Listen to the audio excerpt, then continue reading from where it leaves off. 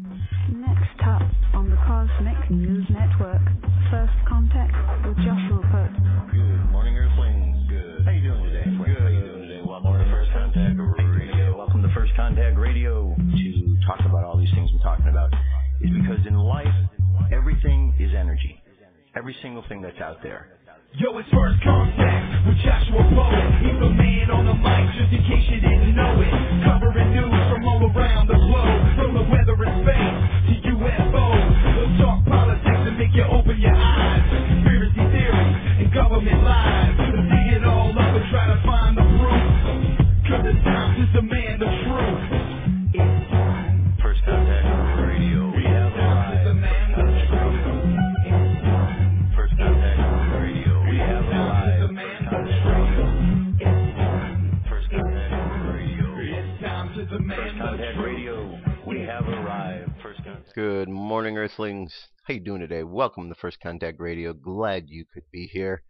Took a little time off, but I made my way back, and here I am.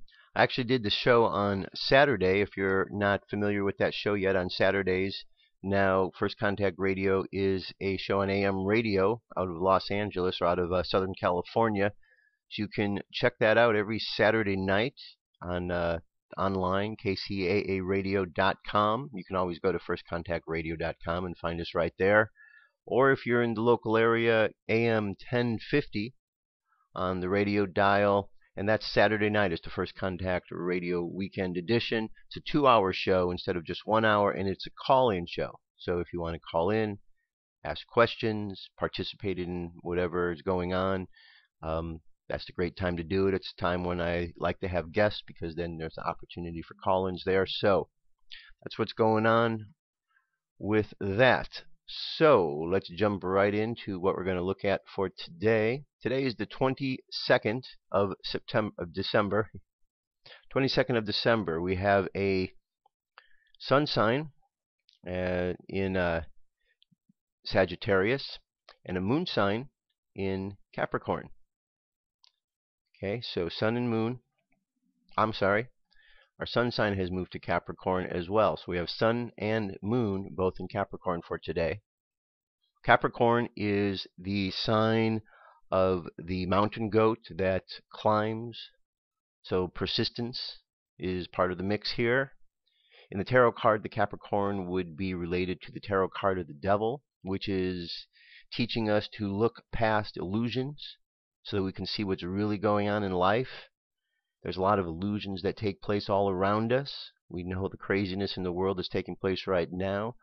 So we really need to pay attention to those things and need to look past surface levels. Need to look past the surface levels of things, because if we don't, we get caught up in the illusion of what we're being shown, and we might not be seeing what's really there. Some of the aspects we need to be aware of over the course of today. We have a square coming up here. Actually, before the square, we have Capricorn and Mercury are going to be in a conjunction. That's in, just 2 hours from now, a little less than 2 hours. Mercury communication. So these two are right next to each other. Conjunction means they're, close side by side. And when they are, we have, if Mercury's communicating what's taking place, and you got the Capricorn, which is wanting us to do practical things and deal with the physical world, but also to see past the illusion of things.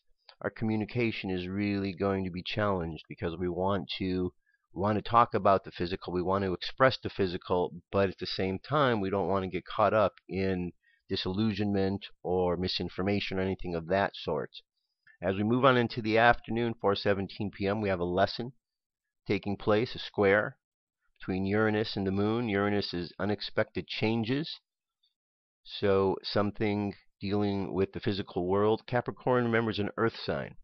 Earth signs, physical world, earth stable, doesn't move. Unless, of course, there's an earthquake, then, of course, the earth does move. But generally, it is stationary. So when you have an earth sign, things are stable, grounded. Stubbornness can be in there as well, because things aren't moving. You might want them to move and they don't. So we're in a Earth phase right now, dealing with the physical world. Capricorn could also be career, anything related to the physical world. And now we have something coming up, an unexpected change, a lesson, something we need to deal with. Then as we get into the afternoon, a little bit after that, Pluto jumps into the mix, wants us to deal with Capricorn on some deep transformation that takes place, probably as a result of some of this unexpectedness that's going to go on. The healer inside of ourselves, that wounded healer Chiron, as it progresses on to the day, is now going to be affected by things. So we're going to have to deal with how we heal ourselves, how we heal each other, how we treat that healed part of ourselves or that injured part of ourselves, whatever it is. We need to be aware of that, how we treat ourselves and how we treat others. And then as it gets into the later evening hours, 9:17 p.m., Venus is in the mix with a conjunction, just like earlier. There was a conjunction almost 12 hours earlier with Mercury. Now we got Venus, which wants to bring some love, creativity, imagination into the mix of what's going on. All right. I'm going to move from there. I'm going to show you now. We're going to jump over to the Jewish calendar. We're going to look at where we're at here today. On the Jewish calendar, we are still in Hanukkah. Today is the month 30, the day 30, the month Kislev, Hanukkah. Let's take a look at our daily thought. Daily thought is, who are you talking to inside of yourself? Who are you trying to inspire? The divine soul needs no enlightenment. The place from which it comes is a place of light. You need to reach the beast within you. You need to bring that light into the language it understands. Okay, very interesting indeed. And with that, what I want to do is I want to bring attention, and we're going to look at the numerology in a different way here. We're going to make some adjustments on the way we're looking at things now. The numerology, when we look at it, as I've been expressing it to you, has been based on the Gregorian calendar. But the Gregorian calendar isn't the calendar that we follow along, that is in line with what the Bible it tells us. And I believe that the Bible is a very important book. I know some don't think so, and to each his own, but I think it's a very important book. And the more one delves into reading the Bible, looking at the Bible, seeing what it's all about, you find that there are so many layers to it that you start to realize that this wasn't just something that was put together as a random set of information by a bunch of men who didn't know what was going on. Because even to this day, we have things like the Bible code, which is being discovered and takes computers to figure this out. So back in the days when these calendars were put together, when the Bible was being put together and the information, there was some coding that went in that either the men who were putting these together were extremely brilliant, or there was some divine inspiration that was going through. And the more that I study, the more that I find that the divine inspiration is truly what has taken place within these books. So it's important. I want to start looking at numerology from two places: the Gregorian and the Jewish. Okay. So first thing we're going to look at right here is this date here. We've got the date of the 22nd. So when we go ahead and we're going to take a look here at this date here, and what we've got is we've got the 1222014. That adds up to a 14. 1 plus 4 equals 5. Now if we're going to jump over here and we're going to look at the Jewish calendar. The Jewish calendar is the 30 Kislev. So we're going to jump over and let's just take a look at this page here. I've got a new link for you. This is the link to the Jewish calendar, so you can do a little background study about it. And if we go down to look at the months, the month Kislev is the 9th month. So as we go and we add these dates together, we've got a 9 plus a 30, 9 for Kislev, plus the 30, plus the year, 5775. So when we look at that, right down here, 9 plus 3 plus 0 plus 5 plus 7 plus 7 plus 5 equals 36. 3 plus 6 equals 9. So we have two different numerologies. We have a numerology of 5 for the Gregorian calendar, and we have a numerology of 9 for the Jewish calendar. Quite a difference what those two numbers are about, because 5 is a number that deals with uncertainty. 5 is a number of change, whereas 9 is the last of the single numbers. It's also a number of change, but it's a number that represents having traveled a great distance and now is getting ready to jump to the next level.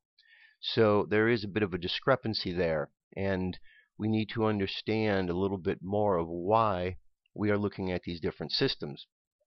And that's one of the things that I really want to focus on, not just today, but as we continue on with our studies.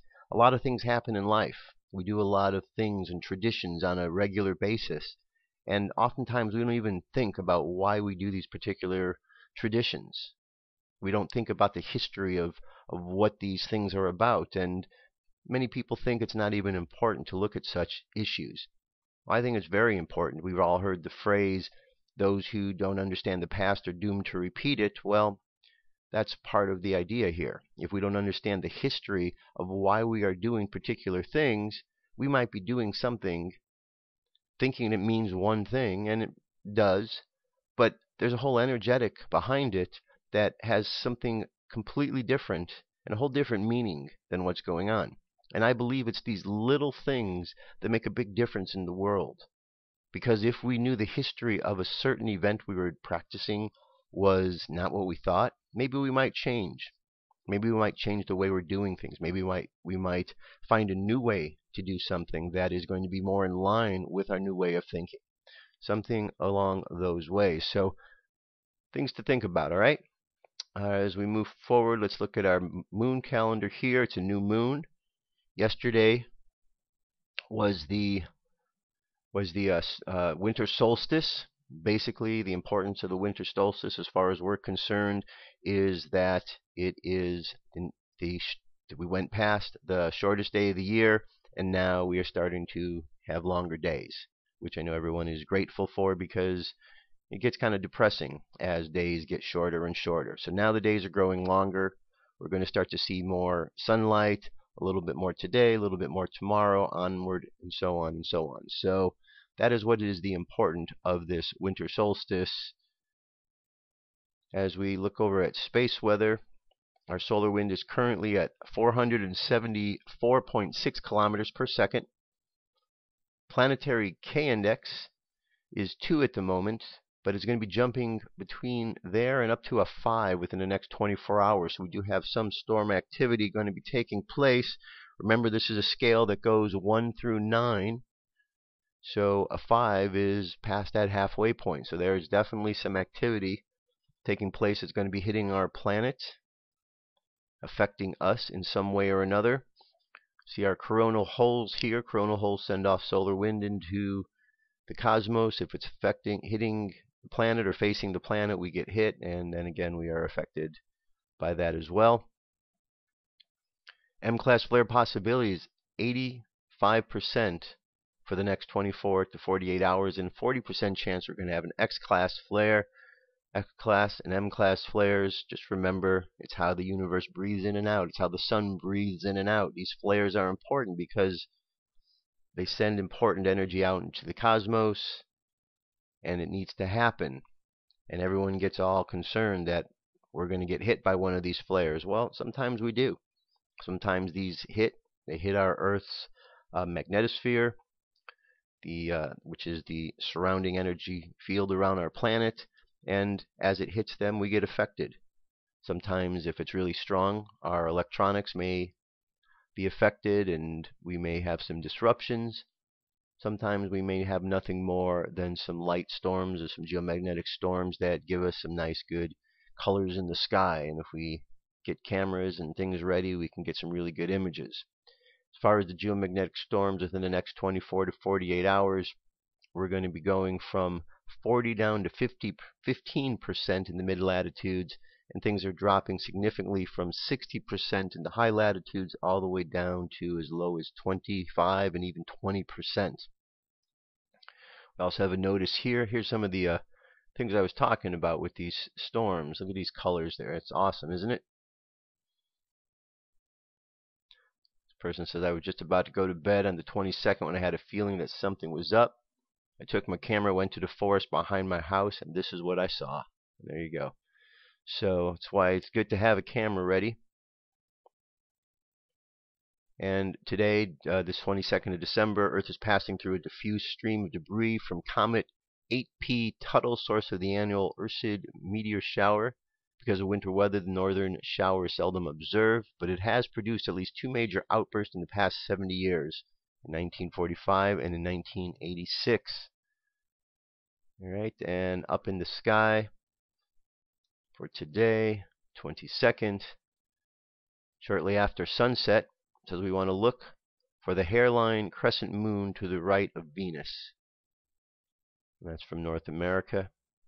All right, we'll be able to see these images tomorrow. So here we got a little Venus down here, and if the moon is right here, it means we're going to see it right here. So it tells us just to the right of Venus. So Venus is here, to the right of Venus, just outside the image of this graphic. Okay, so that's what we're going to see when we look southwest in the sky tonight.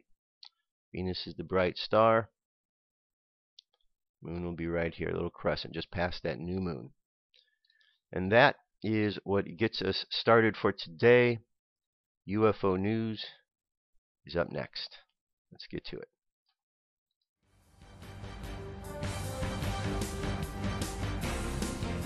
This is the UFO News with Joshua Poet.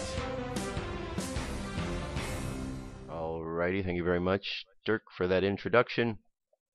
You know, for those of you who like the stories Dirk tells, he is on a regular basis now on the Saturday shows.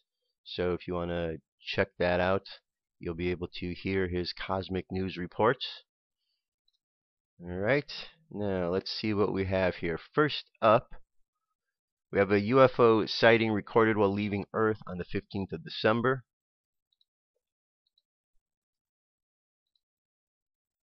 Here we have a 3-minute, 44-second video. Comes from the UFO Society. And it says UFOs are really small, so please watch on a PC in full screen mode. Okay. But don't worry, I'll zoom in later, they say. Alright, so we're going to jump over. You can see there's some activity. It happens real quick. And as we zoom in, a little better image. Okay, I'm just going to keep zooming over so we can get closer to it.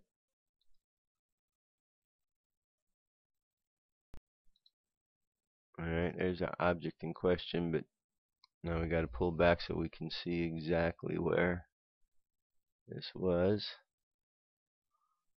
Okay, right there you go.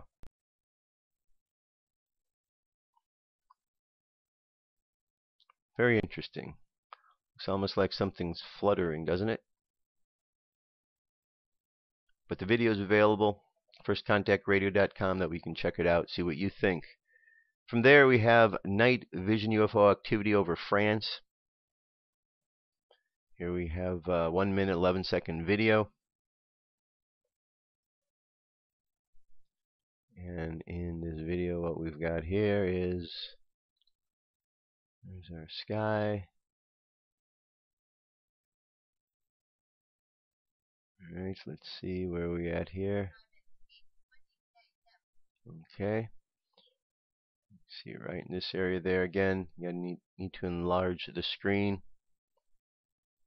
Right there in the middle. So yep, just kind of appeared and disappeared. There it is again, a little bit more close up.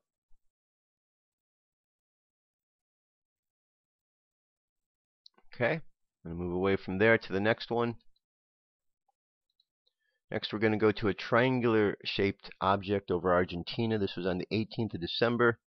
Here's new footage of something that looks like a triangular UFO and flying across the sky above Argentina, taken on Thursday the 18th. 2 minutes, 35 seconds for this video.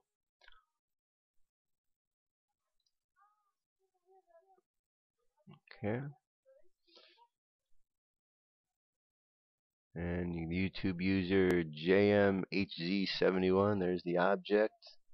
Nice white, bunch of lights. Okay, very cool. Moving from there, Las Vegas. This one goes back a little bit of time. This is a piece, it's a 6-minute 14 piece. Jaime Maussan is here discussing this event. So it is in Spanish. Obviously you can see there are the English translations here. And that's the object in question.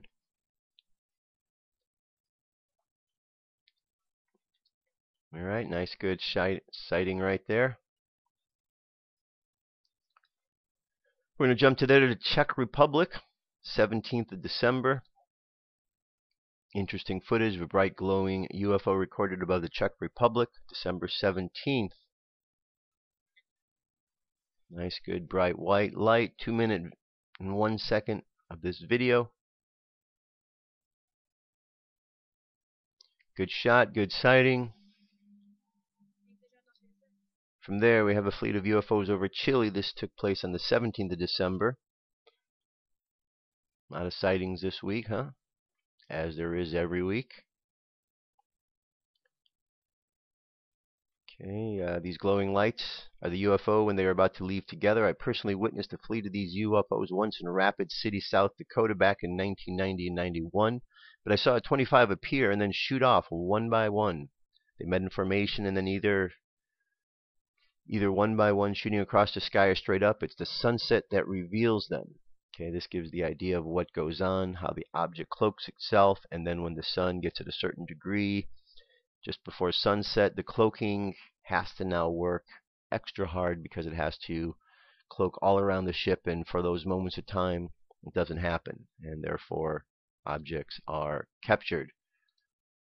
That's why if you have a camera, go out at nighttime, at sunset, and take some pictures. You never know what you might catch. Okay. And here's another one, Taipei.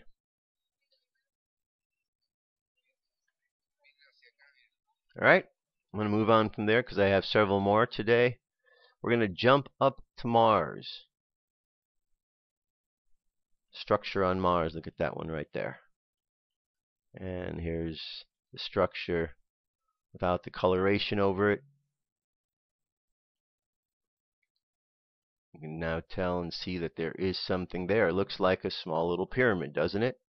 It looks very much like a doorway. I was looking at the anomalies in the Mars photos, found this interesting structure with a doorway. Nearby the structure is a statue-like object with outreaching arms aimed at the building. I colored the building so it's a bit easier to view.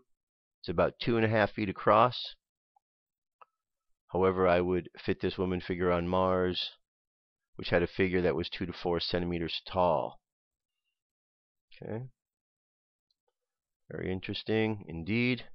And from a distance you could see right there. But it definitely has structure to it, doesn't it? You could almost see that there's layers to this pyramid type structure. Scott C. Waring's website does a great job capturing these. Also up on Mars, look at this image of a gray alien face.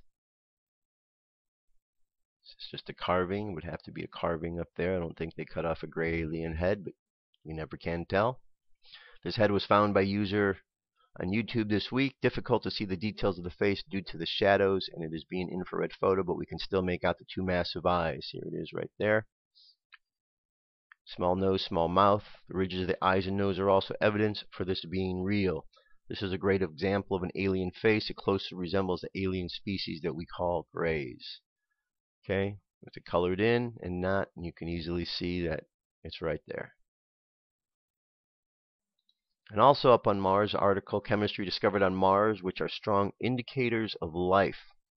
NASA Mars Curiosity rover has measured a 10-fold spike in methane, an organic chemical, in the atmosphere around it, and detected other organic molecules in a rock powder sample collected by the robotic laboratory's drill. This temporary increase in methane, sharply up and then back down, tells us there must be some relatively localized source, says Sushil Atreya of the University of Michigan, Ann Arbor, a member of the Curiosity rover science team. There are many possible sources, biological or non-biological, such as interaction of water and rock. And as you go down here, you can see a breakdown of some of what they think might be going on. This illustration portrays possible ways that methane might be added to Mars' atmosphere and then also removed from the atmosphere.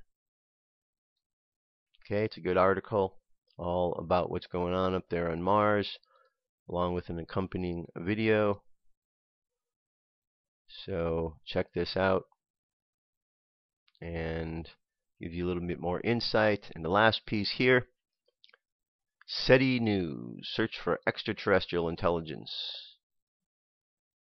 And what we have here is these things pointed to the sky. Remember the movie Contact? Well, there was a SETI conference in Virginia back in October. Dr. Jill Tarter from SETI asked the public if anyone has evidence of a message from extraterrestrial civilization to report it to her or her colleagues. She sounded kind of desperate, as if this was a way to find an answer. They will take it. What's happening with SETI, you can check out in this video below.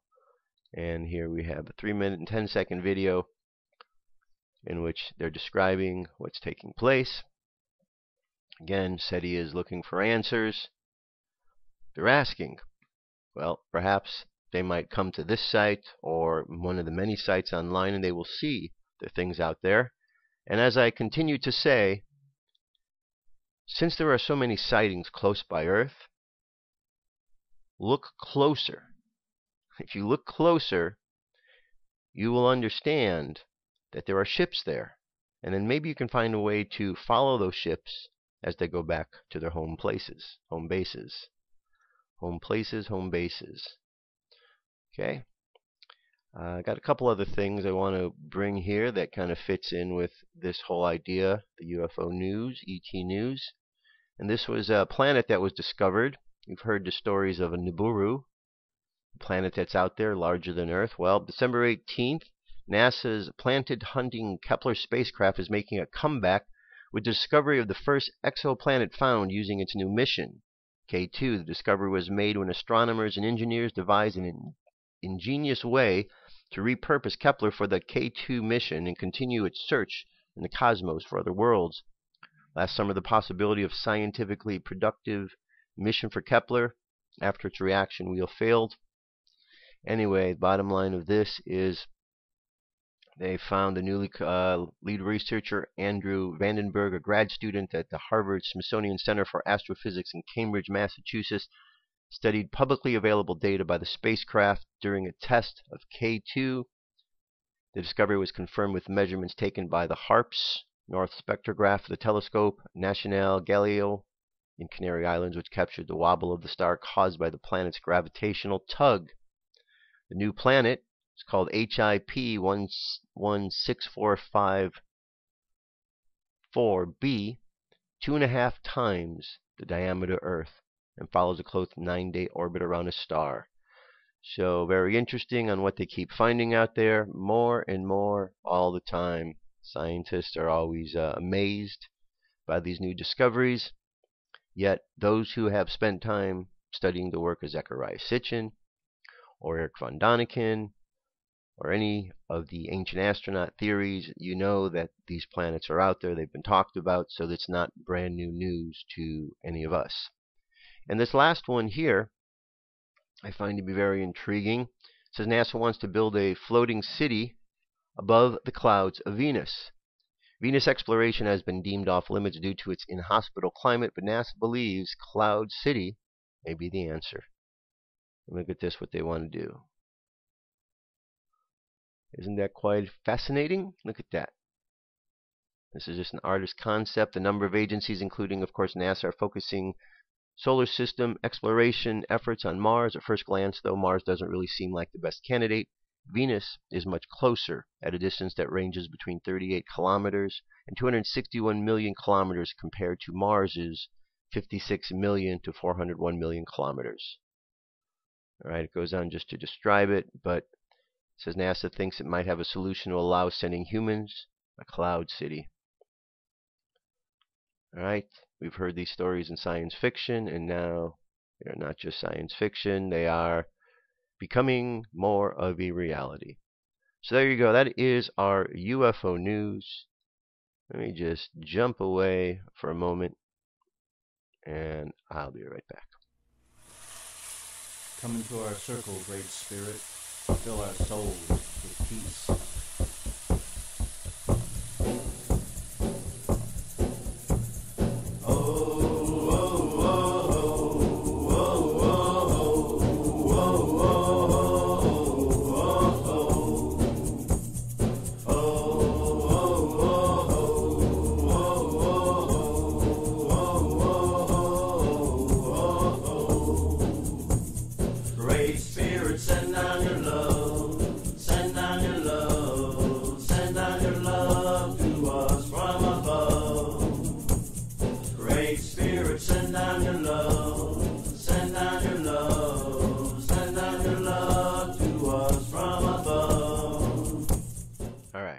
Continuing on. This next story I want to show you, well, this was about the Vatican. And I'm going to give you a little preview of what's going to be going on here. It says the Pope in blistering critique of Vatican bureaucrats. Vatican City. Pope Francis issued blistering critique Monday at the Vatican bureaucracy that serves him, denouncing how some people lust for power at all costs, living hypocritical double lives, and suffer from spiritual Alzheimer that has made them forget they're supposed to be joyful men of God. Francis's Christmas message, greeting to the cardinals, bishops, and priests who run the Holy See, was no cheerful exchange of good holiday wishes. Rather, it was a sobering catalogue of 15 sins of the Curia that Francis said he hoped would be atoned for and cured in the next year. He had some zingers, how the terrorism of gossip can kill the reputation of our colleagues and brothers in cold blood, how cliques can enslave their members and become a cancer that threatens the harmony of the body and eventually kill it by friendly fire, about how those living hypocritical double lives are typical of mediocre and progressive spiritual emptiness that no academic degree can fill. The Curia is called upon to always improve itself and grow in communion, holiness, and knowledge to fulfill its mission, Francis said, but even as any human body can suffer from ailments, diseases, and illnesses. So very interesting. The Pope seems to be cleaning house, wanting things to be better. We'll see where it goes, because you never can tell. Tomorrow I'm going to get into some discussions about Father Malachi Martin, just to refresh your memory. He was the head exorcist at the Vatican, left the Vatican after being there for a number of years. He wrote a book, and in the 90s this book came out in which he talked about one of the reasons, or the primary reason, he left the Vatican was because he was witnessing satanic practices taking place by the cardinals within the Vatican itself. And from there, the whole story of how Satan has entered the Vatican. So I think this is very important that we are aware of that. This is part of the history of things I was talking about. If we don't know the history of what's going on, then we blindly follow. I mean, how many people follow the Vatican, follow the Catholic Church? And yet, how many people that follow the Catholic Church are aware that the head exorcist talks about explicitly in a book how Satan has entered the church and the influence that's going on there? So if members of the church aren't paying attention and they're going to a church and that church is doing satanic work behind the scenes, or some of them are, how does that affect all of the people that are going to the church? I think it's very important that people are aware of these things. We are told over and over we're not to be deceived. And yet there's a big deception, and I don't understand or can't see how anybody would want to turn a blind eye to that, to disregard that information. So We're going to talk more on that tomorrow. Just wanted to give you a little brief on that. And one story here, which is kind of cool. Animals definitely are pretty cool at helping each other out. This is a story here. You could see what we have here is a monkey. This one monkey right here, this monkey here is trying to save its friend. His friend stepped on the track and electrocuted himself. And he just, look at him, he's trying everything he can to revive his friend. And by the end of this, he does exactly that. You know, and at the end, you can see there he is. He brought his friend back who was electrocuted. And the monkeys did this while all these humans stood on the side and watched.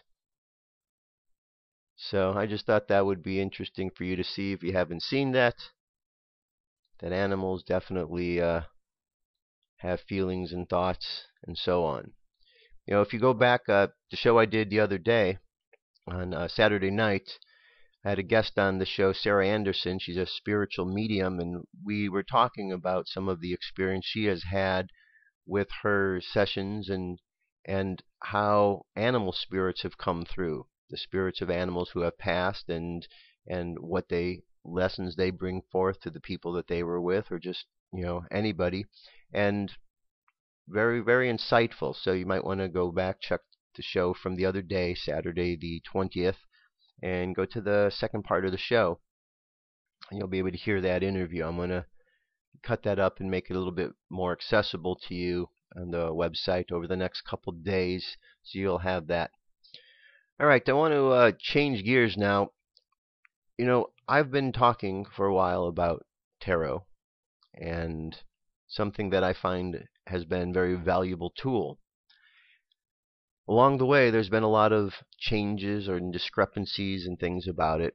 There are those who think it's one thing, there are those who think it's another, and basically, as I've shared with you, it's nothing more than a set of pictures that simply represent something else.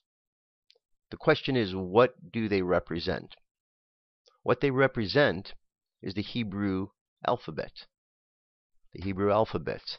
So here we have the Hebrew alphabet, and this is what they represent. The Hebrew alphabet is read from right to left. Aleph, Beit, Gimel, Dalet, Hey, Vav, Zayin, Chet, Tet, Yod, Kaf. There's two different versions of some of these letters.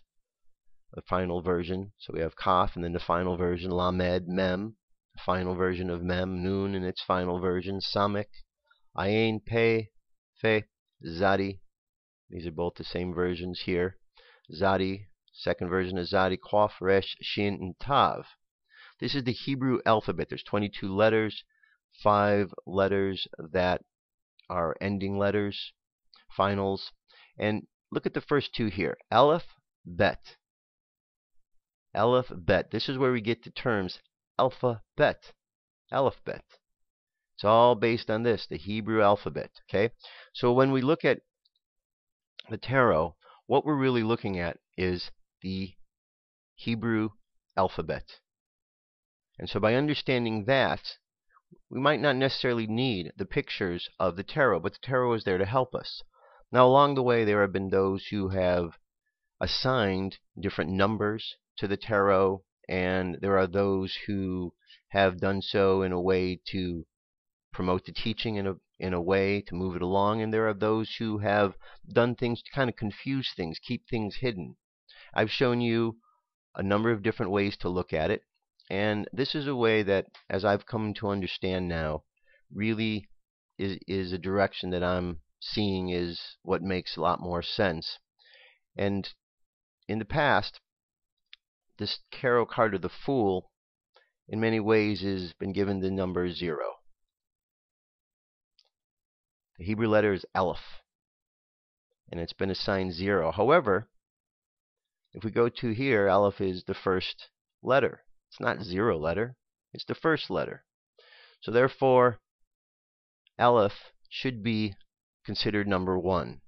And there is no number 0 in the tarot, as I have spoken. So if anyone is been the fool in understanding and looking at the zero, I guess that would be me.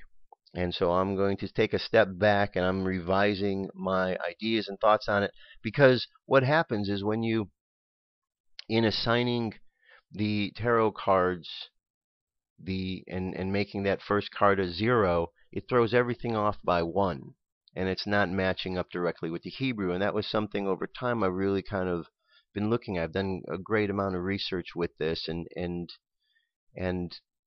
it really just, something was always off. And as I've continued to look and study and really tie this together more with the Hebrew alphabet and look at the research out there, I come to understand that that's the discrepancy. There shouldn't be that 0.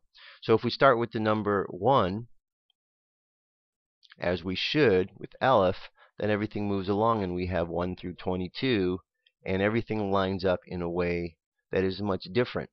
Tells us here what the Fool is. The Fool is the unknowing beyond the known. I mean, the meanings are the same. It's just the only difference is in the numbers and the way they line up. So, little brief introduction about this is what is important. But let me show you this. The Hebrew and Yiddish languages are a different alphabet than English. The picture below illustrates a Hebrew alphabet in Hebrew alphabetical order. Note that the Hebrew is written from right to left rather than from left to right as in English. So Aleph is the first letter of the Hebrew alphabet and Tav is the last. It is often called the alphabet because of its first 2 letters. This sounds like Greek to you. You're not far off. Many letters in the Greek alphabet have similar names and occur in the same order, though they don't look like anything. Okay. There are some vowels in here. It says most early Semitic alphabetic writing systems, the alphabet has no vowels. People who are fluent in the language do not need vowels to read Hebrew, and most things written in Hebrew in Israel are written without vowels. However, as Hebrew literacy declined, particularly after the Romans expelled the Jews from Israel, the rabbis recognized the need for aids to pronunciation, so they developed a system of dots and dashes called nikud. These dots and dashes are written above, below, or inside the letter that do not alter the spacing of the line. Text containing these referred to as pointed text. And basically, what these are is these little lines are added in here. These little lines, these little dots, it just lets us know different ways in which things are pronounced. So here, this is the letter Aleph. With this down here, we have Aleph as in the A as in father, whereas with this other thing, it changes. Sephardic, as in father, A as in Ashkenaz, as in saw. You got these, it becomes a different one. I, you can go down the list here and see how things changed. Okay, and of course, if you want to get down and just really look and see. But what I find fascinating, one of the reasons I really wanted to delve into more of what this Hebrew is about, is because the Bible is not written in English. It was written in Hebrew. And so if we really want to take a good look at what the Bible is, we really need to go to that Hebrew language. We need to see the original language that it was written in. And then we can find out for ourselves if the interpretations, the meanings, are the same. And what you'll find as you go through and you do read and you look, and there's plenty of places online where you can find the direct Hebrew translations and see all of the way it was originally written. You start to look at it and you start to see a different meaning that comes out. And it's very important that we understand these meanings, because we can see then how someone may have changed something in order to, put a different purpose out. It's not a conspiracy theory. I know people use that word, conspiracy theory. I use it quite a bit. But a conspiracy theory this isn't that. This is a system of the rabbis would want to protect themselves. Because even back when this was being written, there were those who were very skeptical about what was going on. People were getting in big trouble for putting information out that of this sort. And so systems of gematria were put out, and these systems were put out in order to keep numbers and secrets hidden, in order to protect the wisdom from those who wanted to pervert the wisdom. It was there to protect others so that they wouldn't be found out for what they were writing, and therefore only those who were initiated into the meanings would find out what was going on. That's why there were these things called mystery schools. Mystery schools were places that allowed somebody to be able to decipher and understand a little bit deeper about what was going on. And that way they could, once they understood how to decipher something on a deeper level, then they would be able to look at the information and read the deeper meaning of it. So very fascinating, very fast. I'm going to get more into that. I just want to give a brief introduction today. And then let's move on from here. Okay? That's a big subject. It's not a subject to cover in, 10 minutes. It's a subject that's going to require a little bit of time. So we're going to make that a little bit of a course of study here so we can get a bit more information on that. Now, all the information that I've shared with you thus far about the tarot and the numbers and the way of looking at things, we don't throw that out because that's one way of looking at things. We're simply going to take that and we're going to build upon that. We're going to understand. Because if we understand how something is one way and how it was maybe shifted another way, it helps us to understand a bit more of how we could shift back, how we could work with those energies, because there is value and there is reasons why things were shifted.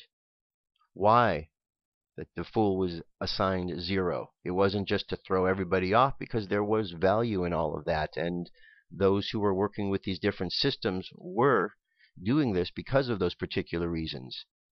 But we have to just think of them as, let's think like tuning an engine. You can tune an engine in different ways, and that's all we're doing. When an engine is tuned in one way, maybe it runs a certain way, and you tune it another way, and it runs a different way. Either way, it's the same engine. There's just different ways of fine-tuning it so that you can operate that vehicle in a different manner. Okay? All right, here's an article from In5D. It's called Consciousness, Collective Consciousness and Consensual Manifestation. This is from Chuck Hayden. The reality you experience is a result of a consensus in the collective consciousness of humanity. You and everyone around you has been conditioned to believe and perceive along certain lines. You've been programmed to be self-limiting, but you still retain the ability to reprogram yourself in the reality you see before you. In recent years, it's become accepted by the mainstream scientific authorities that our universe is an eclectic electric hologram. It has also been proven that our intentions and our thoughts have an effect on the world around us, at least on a small and individual scale. You can indeed influence the formation of ice crystals and the growth of planets by nothing more than the power of your intent, but this is not even the tip of the iceberg. It is common knowledge in the study of metaphysics that there is a collective pool of experience that each and every human being is tapped into. Every experience that you have is added to that pool and is shared by every other human on a deep and unconscious level. There is actually no completely private thought or experience that you can have that won't also have an impact, however imperceivably, on humanity as a whole. It can no longer be argued that there is not a concerted effort by certain interests to control your perception of reality. From the time you enter this life, you are bombarded with indoctrination from all sides of the world that the world is a certain way and that you are small and powerless. This view is relentlessly reinforced by every facet of society, starting with your parents and conditioning through every perceived authority you will encounter. There is misdirection even in traditions that seemingly hold secrets to hidden knowledge. You are confronted with vague truths and proper contexts to apply them are nowhere to be seen. You are told that the perception is reality and the truth of collective consciousness and consensual manifestation is not offered. The fact is that an individual or small group has to work against the tide of humanity as a whole to make any real change in the world you see around you. It would be the same if a few thousand gallons of worth of the river decided that it should alter its course of the river itself. You may be a tiny spark of divine creation, but also so is every human being you share this world with. You, along with the rest of humanity, are individually and collectively the architect of this world. If humanity were united in the knowledge of its true creative power, the seemingly impossible could easily be manifested. If humanity as a whole could agree that we have the power to make our star shine blue in the sky above us, then we would surely be bathed in blue light. All right, very fascinating. Again, it's talking to the idea, as I was saying before, we need to know a bit of what is going on up here. Every day Every single day, we talk to people, we hear televisions, we hear radios, we see billboards. We're bombarded with information. From the time that we're born until the time that we leave this planet, we're bombarded with information. And the thing right up here is a computer. And if we know how to operate that computer, then we can be more effective. And everybody has the ability to operate this computer. Just some choose not to, because they've been conditioned not to go there. And when you take somebody there to try to learn how to operate, they don't want to do it. Just like in the real world, how people are just afraid of the computer. Some people don't even want to try. They don't even want to learn. But when we learn that we put good things into our mind, good things come out. If we put good things into collective consciousness, good things come out. If we just continue to buy into all of what is being told to us without even thinking about the history of where it came from, who knows what we're creating? We're creating an energy paradigm that somebody else set in place a long time ago. And isn't that part of being deceived? And aren't we told over and over by Jesus, throughout the Bible, by God, not to be deceived? And yet the one thing that when people are reminded that they're being deceived, that they get angry and upset, doesn't make any sense. We don't want to be deceived. We want to pay attention. We should relish and welcome the idea of wanting to know the true history of why we do the things we do, why we celebrate the things that we celebrate, why we have the traditions. And if we do that, just imagine how much growth we could have as a planet, as an individual. There's a lot, something to think about. Definitely something to think about. All right, let's move on to our channeled message for today.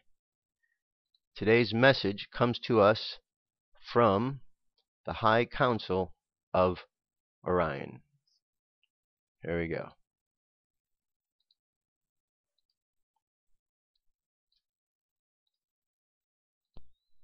Haynes. Channeled Ascension message from the High Council of Orion. December 17, 2014. Channeled by Holly Hawkins Marwood. Transcribed by Holly Hawkins Marwood. Greetings, dear ones. We are the High Council of Orion. Many of you are thinking into the year that is coming ahead as you are in your holiday season at this time. At the end of the year, there is always a time of reflection on what the current year has been and what hopes and dreams and aspirations stand in front of you for the coming year. While it is well understood that the last few years have been fraught with challenges on your human level, understand that they have also been the evidence of the opening up, evidence of old energies being broken down, new paradigms needing to come in. That growth, that change, that transformation can often have growing pains associated with it. Having the perspective that they are growing pains versus evidence of your life being terrible, never to recover to a place of something that feels easier, and more in line with who you are. Understand that holding the space that it will get easier and you will have a greater understanding of why the last few years have been more challenging. That information will be available to you. For just as the child is growing up and experiencing growing pains in the moment, they do not make sense and they are not comfortable. Yet it is not a statement that the rest of their life is going to be filled with growing pains. Growing pains are there for that moment of explosive, dynamic, abounding growth.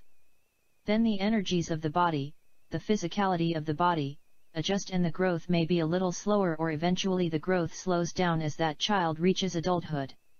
The continuation of those growing pains is not there.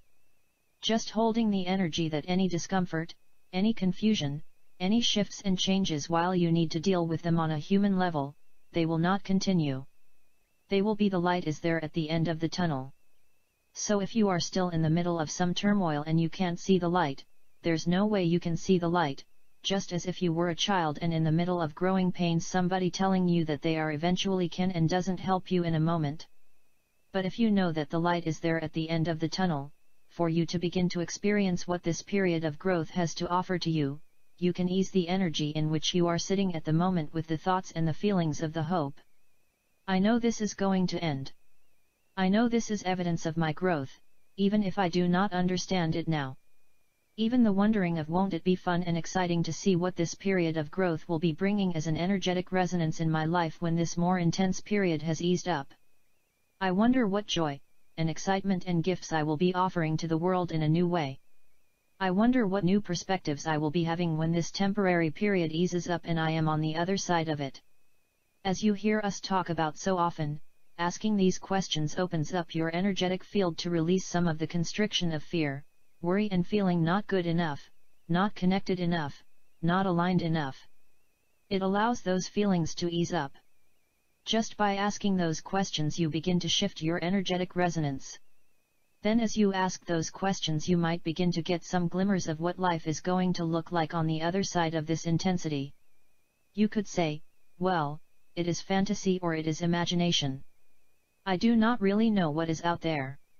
On some level, this is true, but, as you know, your thoughts bring your reality to you. So the purpose of this message is really understanding that this is a temporary period you are in, that you will soon see yourself moving out of. Yes, there is a time component. And yes, that time can feel slow, at times, maybe even way too slow for the conditions in your life. But you beginning to see that and feel that it won't always continue, that you will see the fruits and the blessings and the gifts of this time of great transformation, as the year begins to turn and you shift your energies to what it will be like as you move forward in time. As those growing pains reduce their intensity and the growth slows down, you can then begin to appreciate, if you were a child, your bigger shoe size, or your taller height, whatever it might be. You can begin to appreciate the results of the growing pains that you have been going through. Have faith and trust that your soul has chosen to have this intense period of growth and said yes to it. You will begin to find those new resources that you have been developing over the last few years.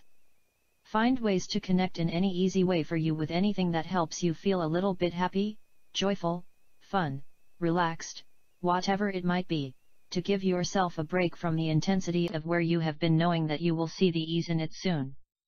Be blessed. We are the High Council of Orion. Alright, very nice message. Very nice message, and of course that brings us to our meditation for today. So let's go ahead and close your eyes. Take a deep breath. And exhale. Take another deep breath. Exhale again. Another deep breath.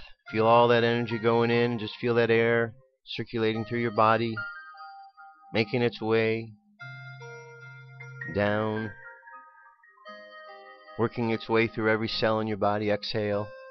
And just feel the energy recycling through your body. I want you to imagine the world and just be aware of the challenges that the world is going through these days. There's a change going on, and there's a battle between light and dark taking place. There's fear running rampant in the world and confusion taking place. And so we just observe this, not get involved with it, but just observe it. And as we observe it, and we feel compassion for it, and let's just send love out to the world. And as we send this love out to the world, this love changes the fear. And fear dissipates.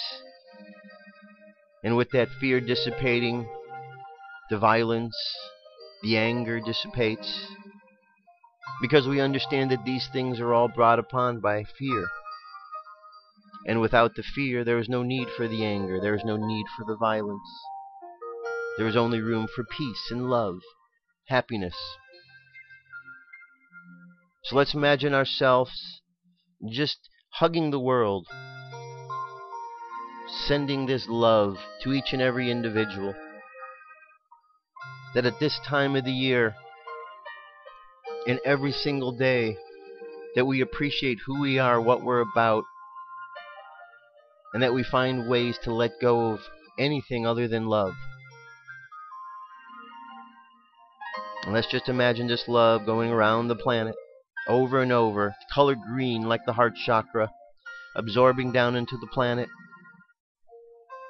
And imagine the planet smiling. Imagine this love going up into the cosmos, and the cosmos smiling down at us.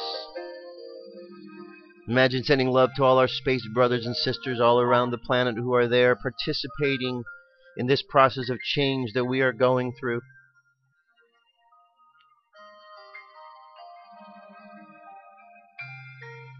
Let's just take a moment to express our gratitude to the Great Spirit, to the Creator of all life,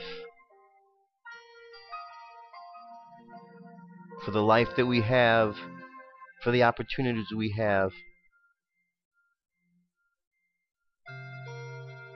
So let the subconscious mind continue on the journey of sending out love as we go throughout this day. And let's bring our conscious mind back to the present moment on the count of 3. 3, coming back to the present moment filled with confidence. 2, coming back to the present moment filled with faith. And 1, coming back to the present moment happy, healthy, and whole. Happy, healthy, and whole. Take another deep breath. Exhale, and open your eyes. And that is it, my friends. That is our show for today. I will be back tomorrow. More news, more information, UFOs, all that good stuff. Stay tuned. You have an awesome day. I love you. Keep loving each other, and I'll talk to you soon. Peace. I'm out of here.